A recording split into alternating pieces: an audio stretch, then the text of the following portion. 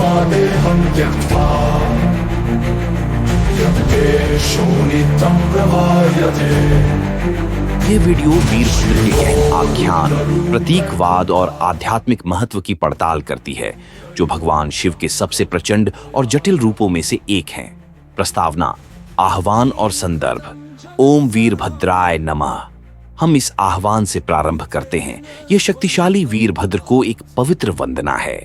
भगवान शिव, जिन्हें महादेव कहा जाता है, असंख्य रूपों में प्रकट होते हैं और प्रत्येक रूप ब्रह्मांडीय सिद्धांत के एक विशिष्ट पक्ष का प्रतिनिधित्व करता है।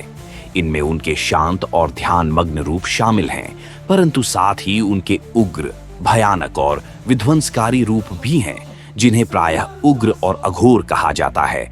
उग्र अर्थात भयंकर और अघोर अर्थात ऐसा जो साधारण समझ से परे है, परंतु भयानक नहीं। वीरभद्र इन रूपों में से सबसे भयानक और शक्तिशाली अवतारों में खड़े हैं। वे शांति से जन्मा देवत्व नहीं हैं, बल्कि गहन शोक और धर्म संगत ब्रह्मांडीय क्रोध से उत्पन्न हुए हैं। वे अन्याय, अहंकार और अपमान के विरुद्ध शिव के क्रोध का मूर्त रूप हैं और उस परम विध्वंसकारी शक्ति का प्रतिनिधित्व करते हैं, जो तब प्रकट होती है जब धर्म का गहन उल्लंघन होता है। वीरभद्र की उत्पत्ति रहस्य। वीरभद्र का उद्गम शैव पुराणों में एक नाटकीय और निर्णायक घटना है, जिसका केंद्र है महान अग्नि यज्ञ, दक्ष यज्ञ। प्रजापति दक्ष, जो एक शक्तिशाली राजा और भगवान ब्रह्मा के पुत्र थे, ने एक विशाल यज्ञ करने का निश्चय किया, जिसमें उन्होंने सभी देवताओं, दिव्य प्राणियों और अराशियों को आमंत्रित किया। किंतु अपने प्रबल अहंकार और अपने जामाता भगवान शिव के प्रति गहरी शत्रुता से प्रेरित होकर दक्ष ने जानबूझकर शिव और अपनी पुत्री सती दोनों को आमंत्रित नहीं किया। अनामंत्रित होने के बावजूद सती ने शिव की सौम्य सलाह के विपरीत यज्ञ में जाने का निश्चय किया, क्योंकि उनका विश्वास था कि वे अपने पिता को समझा सकती हैं। किंतु वहां पहुंचने पर दक्ष ने सार्वजनिक रूप से उनका अपमान किया और शिव के विरुद्ध कटु अपशब्द कहे।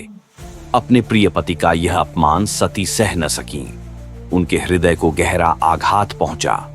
गहन विरोध और दुख की अवस्था में उन्होंने अपनी यौगिक शक्तियों का आह्वान किया और स्वयं को यज्ञाग्नि में समर्पित कर दिया। जब सती की मृत्यु का समाचार भगवान शिव तक पहुंचा, तो उनका शांत ध्यान मग्न स्वरूप टूट गया और वे अकथनीय शोक और क्रोध की बाढ़ में डूब गए।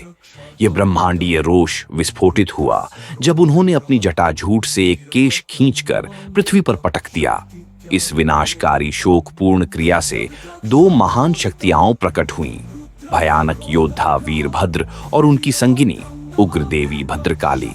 शिव ने वीरभद्र को आदेश दिया कि वे अपने गणों की सेना का नेतृत्व करें, दक्ष के राज्य पर चढ़ाई करें और उस यज्ञ को, साथ ही दक्ष के अहंकार का समर्थन करने वाले सभी को पूरी तरह नष्ट कर दें। वीरभद्र, जो शुद्ध और असीमित क्रोध का अवतार थे, ने इस आदेश को कठोर कुशलता से पूरा किया और अंततः राजा दक्ष का वध कर उनका सिर धड़ से अलग कर दिया।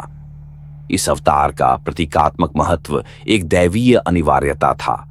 यह ब्रह्मांडीय शिक्षा थी कि अहंकार, देवत्व का अपमान और अधर्म, अन्याय का परिणाम सदैव विनाशकारी होगा और इसी के माध्यम से ब्रह्मांड में संतुलन पुनः स्थापित होता है। वीरभद्र का अर्थ और स्वभाव। वीरभद्र नाम गहन प्रतीकात्मकता से युक्त है और उनके जटिल स्वभाव को प्रकट करता है। यह संस्कृत के दो शब्दों का योग है।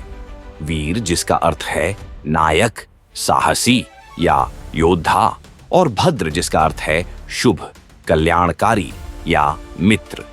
यह व्युत्पत्ति उनके अस्तित्व की द्वैत प्रकृति को पूर्णतः दर्शाती है। अधर्म, अहंकार और अन्याय की शक्तियों के लिए वे निर्दयी योद्धा और उग्र संहारक हैं, किंतु शिव के भक्तों और धर्म मार्ग पर चलने वालों के लिए वे परम रक्षक हैं, एक शुभ मित्र जो उन्हें हर अनिष्ट से बचाते हैं। वीरभद्र एक अद्वितीय योद्धा, योगी, तांत्रिक देवता की पहचान को मूर्त रूप देते हैं। वे नियंत्रित और लक्षित क्रोध के अवतार हैं, जो दैवीय नियमों की सेवा में प्रवाहित होता है। वायु पुराण और महाभारत जैसे प्राचीन ग्रंथों में उनका स्वरूप अत्यंत प्रचंड और भयावह वर्णित है। उन्हें एक विशाल और बलिष्ठ रूप में चित्रित किया गया है, जिनका वर्ण मेघों के समान गहरा काला है, 3 प्रज्वलित नेत्र हैं और चेहरा भयंकर क्रोध से विकृत है। कुछ विवरणों में उन्हें सहस्त्र भुजाओं वाला बताया गया है, जिनमें प्रत्येक में एक प्रचंड दैवीय अस्त्र, तलवार, त्रिशूल, धनुष, बाण और गदा धारण है। उन्हें प्रायः खोपड़ियों की माला धारण किए और अग्नि की आभा से घिरे हुए दिखाया जाता है, जो उस ब्रह्मांडीय ज्वाला का दर्पण है जिससे वे उत्पन्न हुए थे। वीरभद्र की पूजा विधि। अधिकांश भक्तों के लिए वीरभद्र की पूजा का उद्देश्य उनके भयावह स्वरूप को आह्वान करना नहीं, बल्कि उनके कल्याणकारी और रक्षक पक्ष की कृपा प्राप्त करना है। यह भक्ति पूजा उनके आशीर्वाद प्राप्त करने के लिए की जाती है, जिससे शत्रुओं, दुष्ट शक्तियों, भय और नकारात्मकता से रक्षा हो। उनकी पूजा से साधक में अदम्य साहस, आत्मविश्वास और शक्ति का संचार होता है। एक साधारण पूजा उनके पवित्र मंत्रों के जप से की जा सकती है, जिनमें ओम नमो भगवते वीरभद्राय अत्यंत महत्वपूर्ण है।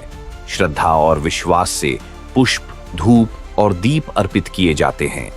भारत भर में असंख्य मंदिर वीरभद्र को समर्पित हैं, विशेषकर दक्षिण भारत में, जहां उनकी उपासना विशेष रूप से प्रमुख है। वीरभद्र मंदिर लेपाक्षी, आंध्र प्रदेश।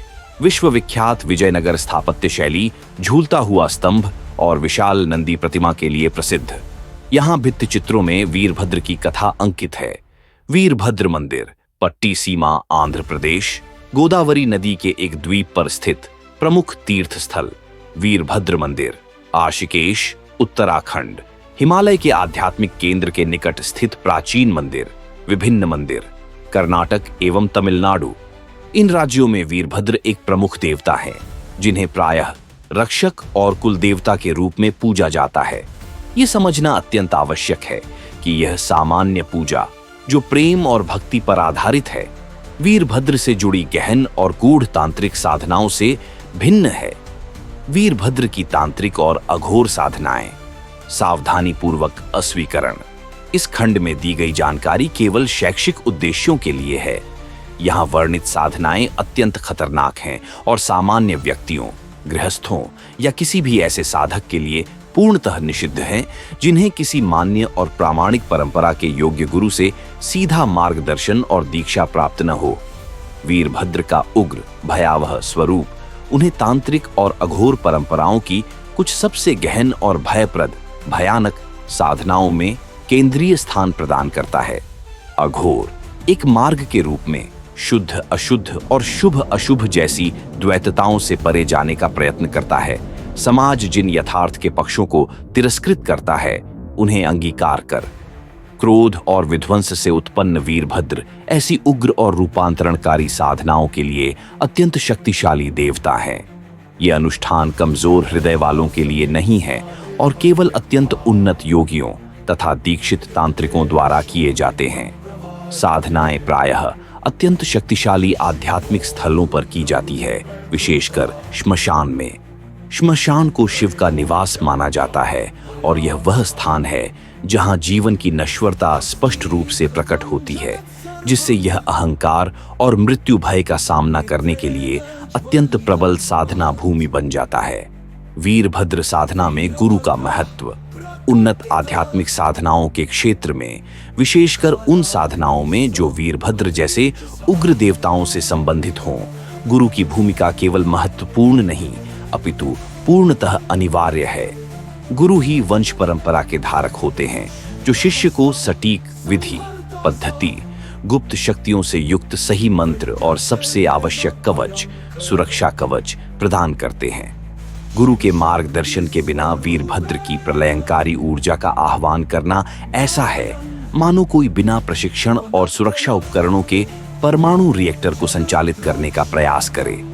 ये ऊर्जाएं इतनी विशाल होती हैं कि वे अप्रस्तुत साधक को अभिभूत कर सकती हैं, जिससे गंभीर और अक्सर अपरिवर्तनीय परिणाम हो सकते हैं।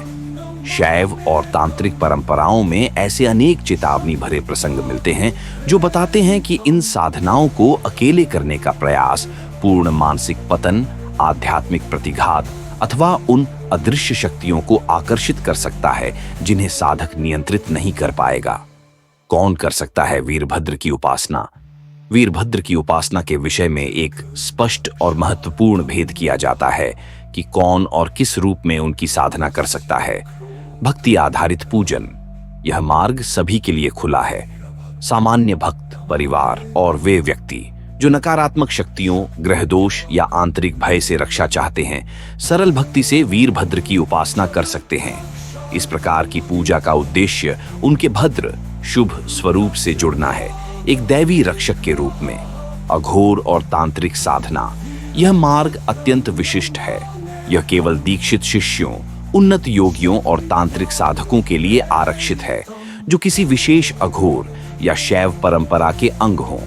ऐसे साधकों ने गुरु की देखरेख में वर्षों की कठोर शारीरिक, मानसिक और आध्यात्मिक शुद्धिकरण की प्रक्रिया से होकर ऐसी प्रचंड ऊर्जाओं को संभालने की तैयारी की होती है। जय वीरभद्र महाबल रूप, जय महाकाल महातनु, जय रुद्रावतार महोद्युतिमान, जय शंभु प्रसूति महाभयनाशन। शक्ति में महान वीरभद्र को जय हो, जो महाकाल के स्वरूप हैं, प्रज्वलित रुद्रावतार हैं। शंभु, शिव से उत्पन्न आप महान भय के संहारक हैं। आपको बारंबार विजय हो, क्योंकि जाती है वीरभद्र की साधना रात्रि में। अनेक तांत्रिक साधनाओं में, विशेषकर उन साधनाओं में जो उग्र देवताओं से संबंधित होती है, रात्रि का चयन गहन प्रतीकवाद से परिपूर्ण है। रात्रि, विशेषकर मध्य रात्रि का अंधकार, प्रकट जगत और सचेत तार्किक मन के विलय का प्रतिनिधित्व करता है। इस स्थिरता में भौतिक और सूक्ष्म आध्यात्मिक लोकों के बीच का आवरण सबसे पतला माना जाता है।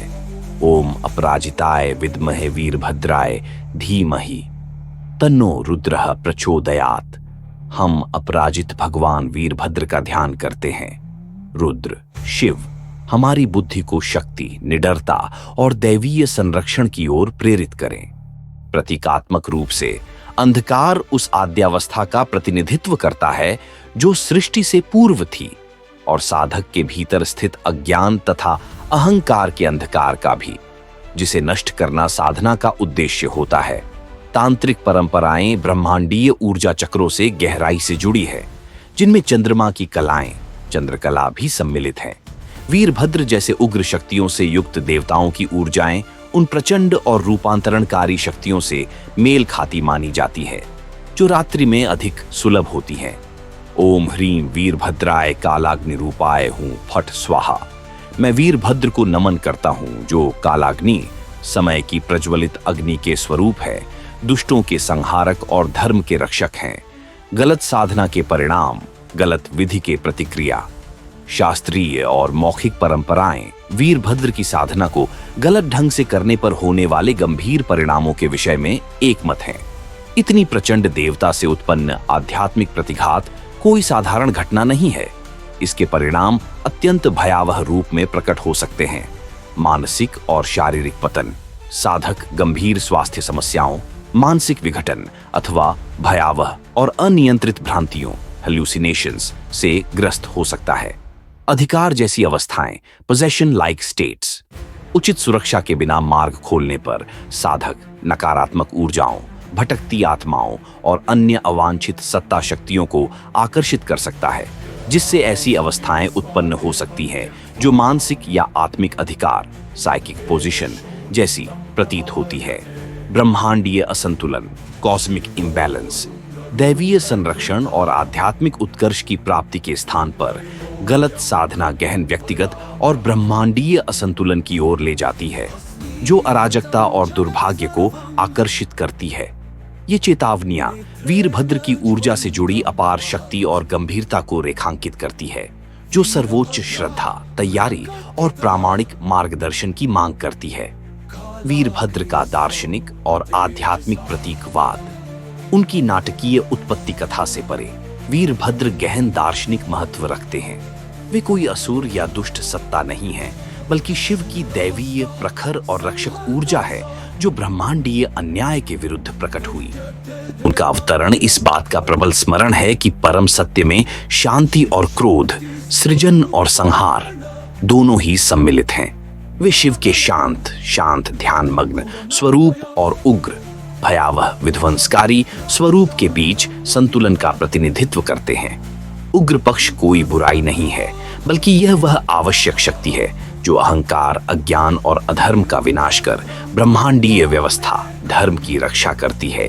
वीरभद्र धर्म संरक्षक, दैवीय क्रोध और ब्रह्मांडीय दंड के साधन हैं। एक रूपांतरणकारी शक्ति जो पुराने और भ्रष्ट को नष्ट कर पवित्रता और न्याय के लिए मार्ग प्रशस्त करती है।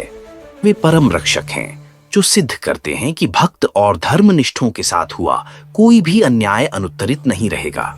चतुर्भुजम खड्गकपाल धारिणम त्रिनेत्र मुग्रम महतेज संततम वीरासनस्थम भयरूप मुग्रम वीरभद्रम शरणम प्रपद्ये। मैं भगवान वीरभद्र की शरण लेता हूँ। वे उग्र स्वरूपधारी हैं, 4 भुजाओं में तलवार और खोपड़ी धारण किए हुए, 3 नेत्र प्रज्वलित तेज से प्रकाशित, वीरासन में विराजमान। उनका रूप भयावह है, किंतु भक्तों के लिए वे रक्षक हैं। भय पर भक्ति की विजय। अंतिम और सबसे महत्वपूर्ण संदेश यह है कि वीरभद्र, यद्यपि उनका स्वरूप और उत्पत्ति भयानक है, धर्मनिष्ठ और भक्तों के लिए भय का कारण नहीं है। उनका क्रोध केवल अहंकार और अन्याय के लिए है। सच्चे भक्त के लिए वे सबसे शक्तिशाली और करुणामय रक्षक हैं। वह भद्र जो सच्चा मित्र है। उनकी कृपा से जुड़ने का सबसे सुरक्षित और प्रबल मार्ग भय या शक्ति लालसा नहीं, बल्कि भक्ति है। निर्व्याज प्रेम, श्रद्धा, विनम्रता और समर्पण। उनके नाम का शुद्ध हृदय से जप करने पर साधक उनके संरक्षण कवच का आह्वान करता है, न कि उनके संहारक क्रोध का। वे शिव की उस प्रतिज्ञा का मूर्त रूप हैं जिसमें भक्तों को परम सुरक्षा का वचन दिया गया है। ओम वीरभद्राय नमः। ओम नमः शिवाय।